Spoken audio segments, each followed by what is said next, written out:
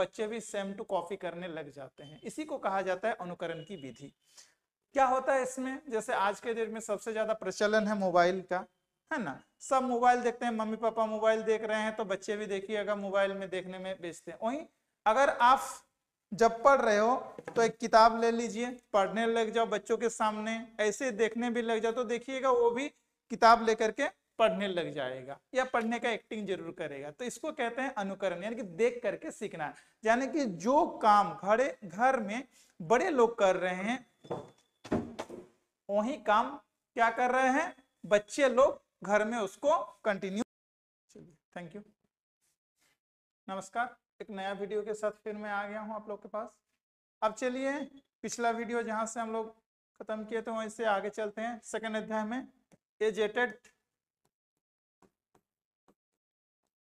जेटेट का अध्याय 2 हम लोग प्रैक्टिस में हैं। सीखने की प्रक्रिया, इसको हम लोग कहानी बेस पे पढ़ रहे थे, कहानी बेस पे समझ रहे थे। तो चलिए आइए आगे बढ़ते हैं। कहानी क्या है, छोटे से गांव में एक स्कूल था या स्कूल है एक, ठीक है ना। सीखने की प्रक्रिया को हम लोग आज समझते हैं कि कैसे इसको सीखेंगे, किस तरह से। तो एक छोटे से गांव में आशा मैडम बच्चों को पढ़ा रहे थे। उसके स्कूल में हर तरह के बच्चे थे, कोई बहुत जल्दी सीख जाता था तो कोई धीरे धीरे, तो कोई खेल खेल में समझता था और कोई गलती करके सीखता था। अब देखिए सीखने की प्रक्रिया में क्या होता है, कोई बहुत जल्दी सीख जा रहा है, कोई धीरे धीरे सीख रहा है, कोई खेल खेल में सीख रहा है और कोई गलती करके सीख रहा है। तो ऐसे में क्या किया आशा मैडम जी ने, एक दिन बच्चे को एक नई चीज सिखाने का निश्चय किया। और वो चीज क्या था, नया चीज, पौधा लगाना और उनका देखभाल करना खेल खेल में मैम ने स्टेट किया। अब हुआ क्या कि उसका नतीजा, तो पहला देखिए बच्चों में उसका प्रभाव क्या पड़ा या बच्चे ने वहां से कैसे क्या चीज सीखा, उस चीज को हम लोग जानते हैं। तो पहला क्या होता है, दृश्य, यानी कि देख करके सीखना, देख करके सीखना। तो प्रत्यक्ष अनुभव से वो देख करके क्या कर रहा है, सीख रहा है। मैडम ने बच्चों को बीज दिए और कहा बच्चों इसे मिट्टी में डालो, पानी दो और देखो कि इसमें क्या होता है। मैडम ने उससे बताया कि बीजा जो दिया उसको क्या बोले, इसको मिट्टी में डाल दीजिए। मान लीजिए कि बीजा दे दिया, उसको बोले कि आप मिट्टी में डाल दो। अब मिट्टी में डालने के बाद उसमें हल्का मिट्टी डुबो दीजिए, फिर थोड़ा पानी छिड़क दीजिए। तो बच्चे पहला, जिनका नाम राहुल है, ने क्या हुआ कि राहुल ने बीज मिट्टी में डाला और रोज पानी देने लगा। पूजा ने पहले दिन पानी दिया, देना ही भूल गई और सोनू ने बीज बहुत गहराई में दबा दिया। अब देखिए इसमें बीज अगर हाथ में है बीजा, और ये सोचिए कि मिट्टी है ना, और बीजा अगर बहुत गहराई में डाल दिया है, पानी भी डाल रहा है तो उतना दूर पहुंच नहीं पा रहा है। बीजा अगर निश्चित दूरी पे लगाए हैं और पानी डालना भी भूल गए हैं तब भी नहीं उगेगा। लेकिन अगर दूरी पे और पानी निरंतर कंटिन्यू दे रहे हैं तो धीरे धीरे उसमें अंकुर होने लगेगा, ठीक है ना, अंकुर होने लगेगा। अब देखिए उसका कुछ दिन के बाद रिजल्ट क्या आता है, तो राहुल का जो पौधा था वो अंकुरित हो गया, पूजा का जो बीज था वो सूख गया और सोनू का जो बीज है वो मिट्टी में नीचे अंदर ही दब करके रह गया। तो सीख, यहाँ पे बच्चे लोगों को सीख क्या मिला, तो बच्चे अनुभव से समझ गए कि सीखना केवल किताब पढ़ने से नहीं बल्कि कर करके देखने से भी शिक्षा मिलता है। यानी कि प्रैक्टिकल करके जो शिक्षा होता है वही मेन शिक्षा होता है, थ्योरी जो भी हो, है ना। आगे चलते हैं, दृश्य 2 में अनुकरण। अब क्या किया आशा मैडम ने, खुद पौधा लगाया और बच्चों से कहा देखो मैंने मिट्टी ढीली की, बीज डाला, ऊपर से हल्की मिट्टी डाली और रोज पानी देने लगा। तो बच्चों को सिर्फ देखने के लिए कहा गया। पहला क्या था, पहला बच्चों अनुभव करके उसको सीख रहा था, मतलब करके सीखना। दूसरा क्या है, अनुकरण, देख करके सीखना, ठीक है। तो सीखने की ये प्रक्रियाएं हैं, तो देख करके सीख रहा है। तो सबसे पहले क्या किया, मिट्टी ढीला किया, मतलब उसको खोदा गया, फिर उसके ऊपर बीज डाल दिया हल्की करके, और मिट्टी डाल दिया, फिर डेली डेली रोज रोज पानी देने लगा। बच्चों ने मैडम को देख करके वैसा ही किया, इस बार सभी का पौधा उगाया। पिछला बार जहां पूजा का और सनु का पौधा नहीं उगा था, लेकिन इस बार देख करके यानी कि अनुकरण करके जब सीख गया तो सबका पौधा उग गया। तो सीख क्या है, बच्चे अक्सर अनुकरण से भी सीख जाते हैं। हमारे घर में भी देखिएगा, हम सभी के घर में भी यही चीज होते हैं, जो उसकी मम्मी पापा करते हैं तो बच्चे भी सेम टू कॉपी करने लग जाते हैं। इसी को कहा जाता है अनुकरण की विधि। क्या होता है इसमें, जैसे आज के डेट में सबसे ज्यादा प्रचलन है मोबाइल का, है ना, सब मोबाइल देखते हैं, मम्मी पापा मोबाइल देख रहे हैं तो बच्चे भी देखिएगा मोबाइल में देखने में बेचते हैं। वहीं अगर आप जब पढ़ रहे हो तो एक किताब ले लीजिए, पढ़ने लग जाओ बच्चों के सामने, ऐसे देखने भी लग जाओ तो देखिएगा वो भी किताब लेकर के पढ़ने लग जाएगा या पढ़ने का एक्टिंग जरूर करेगा। तो इसको कहते हैं अनुकरण, यानी कि देख करके सीखना।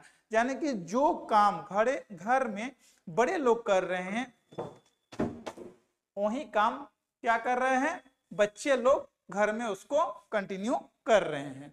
ठीक है, यानी कि अनुकरण विधि, यानी कि देख करके सीखना। तीसरा में यह है अभ्यास और पुनरावृत्ति, यानी कि प्रैक्टिस और उसको पुनरावृत्ति यानी कि रिपीटेशन कर रहे हैं। किस तरह से, तो मैडम ने कहा सीखना तभी स्थायी होगा जब रोज इसका अभ्यास किया जाए।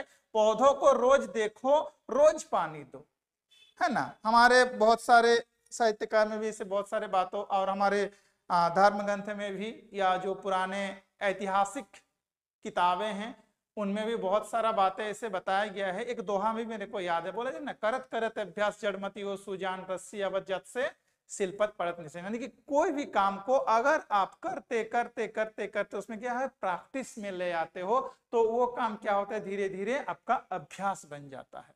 तो अभ्यास ही अर्थ होता है कि पुनरावृत्ति, कोई काम को निरंतर कर लेना। तो जो बच्चे कंटिन्यू, ये पढ़ाई भी एक अभ्यास ही है, कंटिन्यू पढ़ते करते हैं, कंटिन्यू अभ्यास, है ना। जो बच्चे रोज पौधे को देखभाल करता है उसका पौधा हरा भरा हो गया। जो कभी कभार पानी देता है उसका पौधा सूखने लगा। तो यहाँ पे सीख क्या मिल रहा है, कंटिन्यू निरंतर करने का। आज हम लोग अगर जॉब की तैयारी कर रहे हैं, आप अगर जॉब की तैयारी कर रहे हो, किसी क्षेत्र में सर्विसेज देना चाह रहे हो, सेवा देना चाह रहे हो, तो आपको क्या करना पड़ेगा, निरंतर कोशिश करना पड़ेगा, है ना। बांग्ला में कहावत है, एक बार ना पारो तो देखो सौतो बार। यानी कि अगर आप एक बार कोशिश नहीं कर पा रहे हो, एक बार में सफल नहीं हो पा रहे हो, तो उसको बार बार कोशिश करिए, है ना। आगे चलते हैं। सीखने में अभ्यास और दोहराव बहुत जरूरी है। किस लिए, ताकि पौधा हरा भरा हमेशा रहे, फले फूले हमेशा रहे। दृश्य, अब आते हैं नेक्स्ट 4 में, चौथा में आ जाते हैं। चौथा में क्या होता है, सामाजिक अंतक्रिया। एक दिन बच्चे ने मिलकर पौधे को एक जगह सजाया।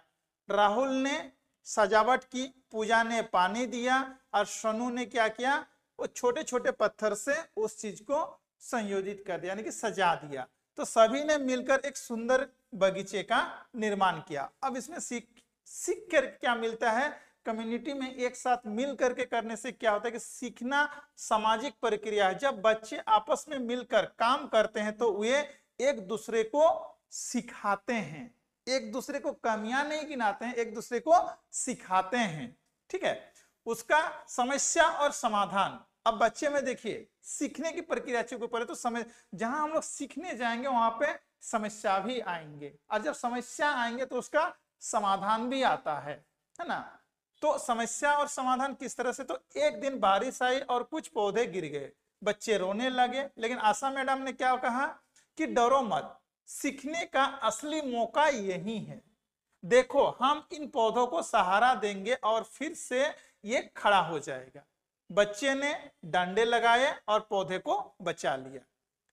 तो अब ये क्या है कि समस्या, यानी कि बच्चों में जो यहाँ पे डर पैदा हो गया था कि अभी तो उसके जो बीज बोए थे, पौधा उगा था, इतना सुंदर तरीके से उन्होंने सजाया था, तो वो क्या टूट करके गिर गया। लेकिन मैम ने उसके क्या किया, ताकत दिए, मोटिवेशन दिए, और फिर क्या किए, एक डंडा के सहारे उन पेड़ को सीधा किया गया। धीरे धीरे क्या हुआ, वो पेड़ सीधा हो गया। तो असली सीख तभी होती है जब हम समस्या का समाधान खुद प्रॉब्लम को सॉल्व करना सीख जाते हैं। तो बच्चे ये भी धीरे धीरे सीखने लग जाते हैं।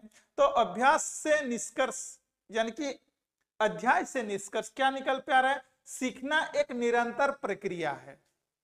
क्या है? सीखना जो है एक निरंतर प्रक्रिया है। अनुभव, अनुकरण और अभ्यास से सीखकर मजबूती आती है या मजबूत होते हैं।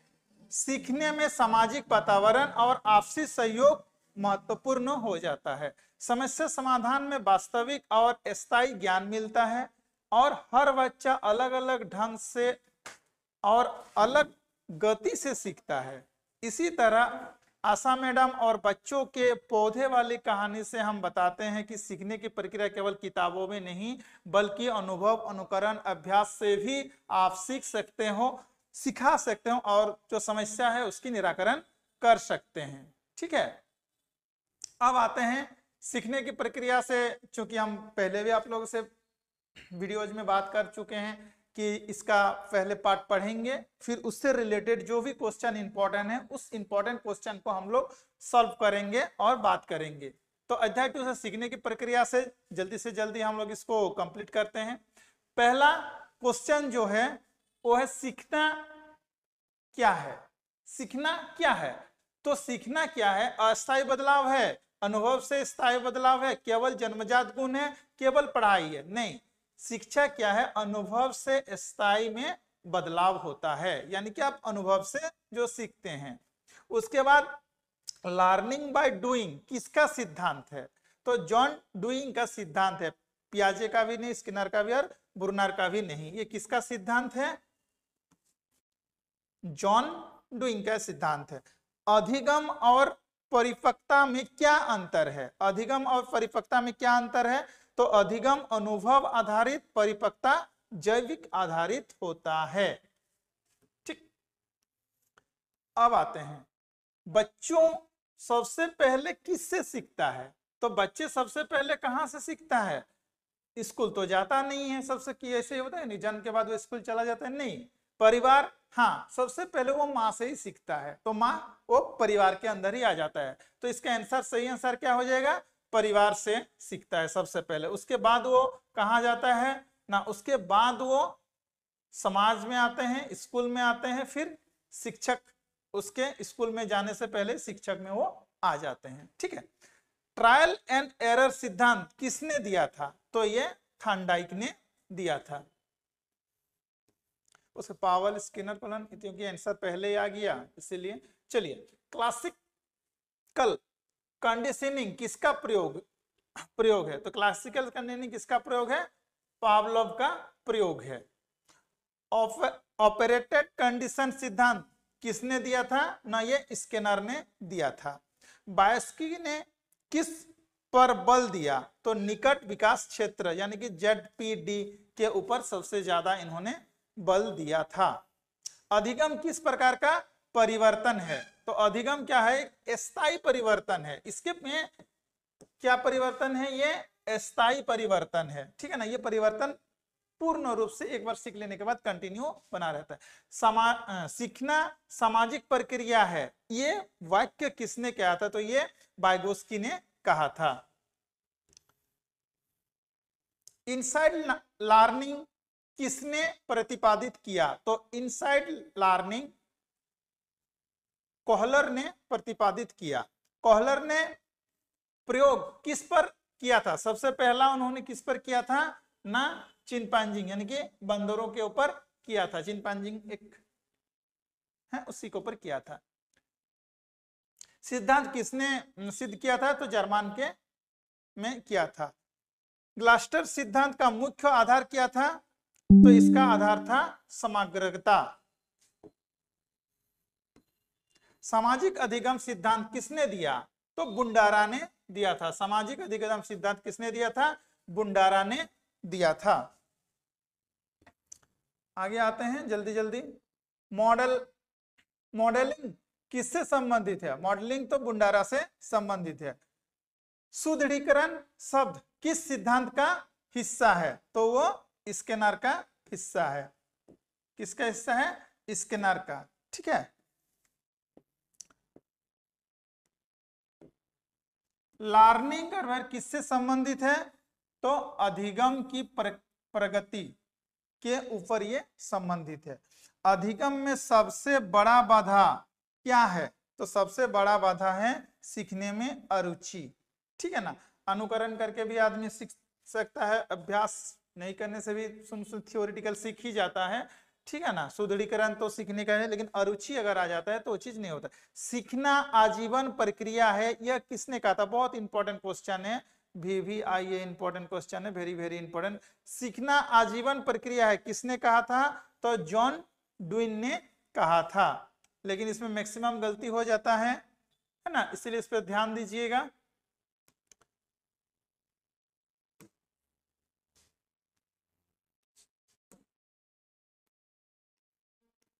सफल अधिगम किस पर आधारित है? तो सफल अधिगम अभ्यास पर आधारित है। सफल अधिगम किस पर आधारित है ना? अभ्यास पर आधारित है। अनुकरण किस प्रकार की अधिगम विधि है? अनुकरण सामाजिक, यानी कि वो समाज से ही सीखता है, वो जन्मजात नहीं होता है, परिपक्वता नहीं आता है उस टाइम, अनिवार्य तो है नहीं, तो क्या होगा? सामाजिक अधिगम ही होगा। पावलव का प्रयोग किस जानवर पर था? पावलव ने किस जानवर पर किया था? चिंपांजी नहीं, किसमें किया था? ये कुत्ता में किया था। थॉर्नडाइक का प्रयोग किस जानवर पे था? तो थॉर्नडाइक ने बिल्ली में किया था, वहीं पावलव ने कुत्ते पर किया था। स्किनर का प्रयोग किस उदाहरण से संबंधित है?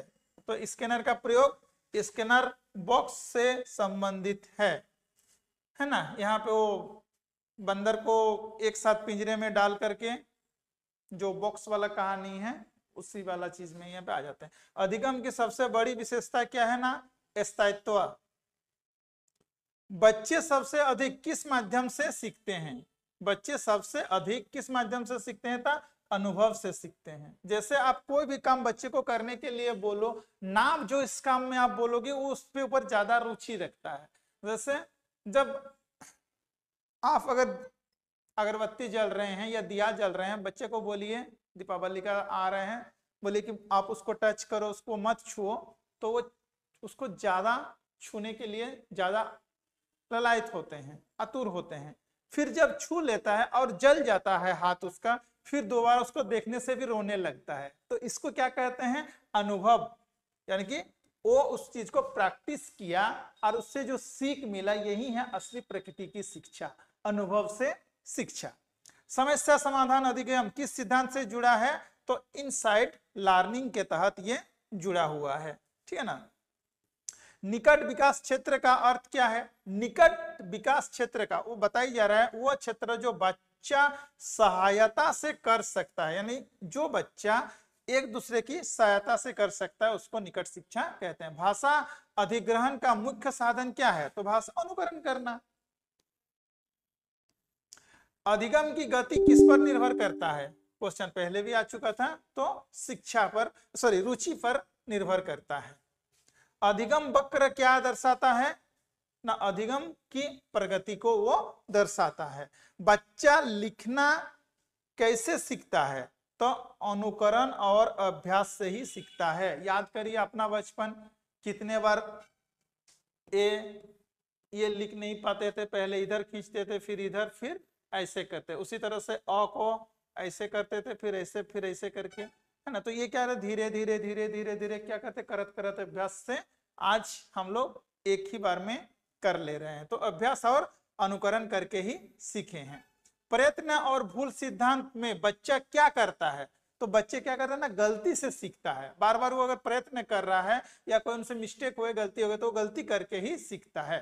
तो शिक्षण और अधिगम में संबंध, शिक्षण और अधिगम में संबंध किसने अधिक बताया? तो वाइगोत्स्की ने बताया। क्या चीज? अधिक संबंध। अधिगम के बिना शिक्षा अधूरा है, यह किसका मत है या किसका कथन है? तो क्रो एंड क्रो का कथन है। क्या है? अधिगम के बिना शिक्षा अधूरा है।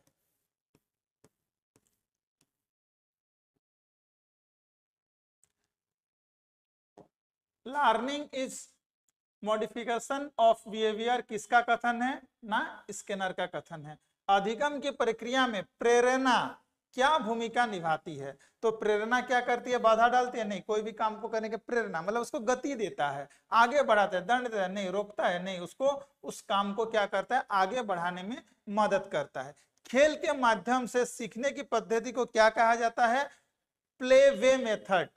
प्ले वे मेथड आज के जमाने में देख लीजिए या आज के समय में आप देख सकते हैं छोटे छोटे बच्चों के लिए सबसे ज्यादा प्ले स्कूल खोला गया है, यानी कि खेल खेल में शिक्षा देना एक प्रचलित जो है ये सबसे ज्यादा है। इसीलिए वो क्योंकि उसमें बच्चे खेल खेल में हर बात को सीख रहा है, इंटरटेनमेंट के साथ सीख रहा है, इसीलिए जल्दी उस चीज को वो अपना लेता है और उसको फिर निरंतर अभ्यास करने में लग जाते हैं। उसी तरह से शिक्षा का मुख्य कार्य अधिगम का मार्गदर्शन करना, यह किसका कथन है? तो जॉन डुइन का कथन है ये। चलिए और 10 क्वेश्चन बाकी है, तो जल्दी से चैनल को सब्सक्राइब कर दीजिए, लाइक कर दीजिए, कमेंट कर लीजिए और जो भी सब्जेक्ट आपको अगले में चाहिए, अगले वीडियो में चाहिए, आपको कमेंट करके बताइए ताकि मैं उस सब्जेक्ट का वीडियो आपको ला सकूं। और ये कंटिन्यू जो चल रहा है जेटेट का सिलेबस आधारित जो भी टॉपिक है उस टॉपिक को मैं कवर करने की कोशिश कर रहे हैं। वीडियो सप्ताह में 2-3 ही आ रहे हैं, कोई बात नहीं, धीरे धीरे कंटिन्यू आने लगेंगे, है ना। चलिए आगे बढ़ते हैं। अधिगम की प्रकृति कैसी है? तो अधिगम की प्रकृति है आजीवन और सतत। अधिगम की प्रकृति कैसा है? ना आजीवन है और सतत। सतत मतलब वो कंटिन्यूटी है, ठीक है। जब बच्चा जब अपनी गलती सुधार कर सीखता है तो इसे क्या कहते हैं? ट्रायल एंड एरर, यानी कि गलती करके सीखना, बार बार कोशिश करके वो सीख रहा है। इनाम और साजा किस सिद्धांत का हिस्सा है? तो ऑपरेशन कंडीशनिंग के तहत ही वो आते हैं। क्या है? इनाम भी देते हैं अगर अच्छा करते हैं तो, और खराब करते हैं तो सजा भी। समस्या देखकर अचानक समाधान निकलना किस अधिगम का उदाहरण है? तो इनसाइड लर्निंग का ये सुंदर सा एक उदाहरण है। किसका उदाहरण है ये? इनसाइड लर्निंग का। शिक्षक बच्चों का सहयोगी होते हैं, यह किसका कथन है? तो यह वाइगोस्की का कथन है। अधिगम में कौन सा तत्व आवश्यक है? तो अधिगम में कौन सा तत्व आवश्यक है? प्रेरणा। अधिगम में प्रेरणा बहुत आवश्यक है, ठीक है। Next, learning is not teaching, it is expectation, ये किसका मत है? तो जॉन डुइन का ये मत है, ये जॉन डुइन का ये कथन है। सीखना बिना रुचि के असंभव है, ये किसका कथन है? तो ये मोटिवेशनल थ्योरी। सीखना बिना रुचि असंभव है। बच्चा खेल खेल में अधिक सीखता है, यह सिद्धांत किस सिद्धांत पर यह आधारित है? तो ये प्ले वे के सिद्धांत के ऊपर आधारित है। अधिगम का अंतिम उद्देश्य क्या है? तो अधिगम का अंतिम उद्देश्य व्यवहार में स्थायी परिवर्तन ही अंतिम उद्देश्य है। चलिए आज के लिए इतना ही, फिर मिलते हैं नेक्स्ट वीडियो में। धन्यवाद, थैंक यू। और इस अपने दोस्त को इस तरह ये शेयर करिए, ठीक है ना। आगे चलते हैं, फिर मिलते हैं नेक्स्ट वीडियो में। धन्यवाद।